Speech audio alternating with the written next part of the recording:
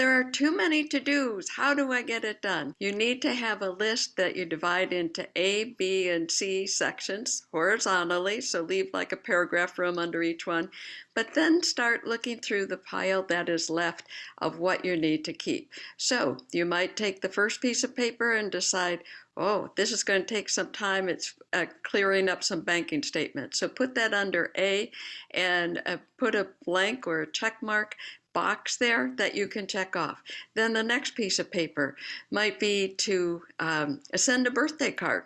Put that under a B and put a check mark box there, and continue until you get everything listed in the A, B, C format. And then go back and put times after each one, like it's going to take 10 minutes, this will take 30 minutes, this will take 5 minutes, and then add up the times. So for tip number 3, make your list and put the times and add up the time. And when you see it might take 3 hours, you could say, I can't do it all in one day, but I could do 30 minutes every day this week, and it'd be done by the end of the week. So that's the tip for number 3. Make a to-do list, put the times, and then divide it up over 1 or 2 weeks to get it done. Can you do that? Judy, I think you can do it. Same question everybody has. I'm Marsha Ramson, your organizing pro, and glad you enjoyed.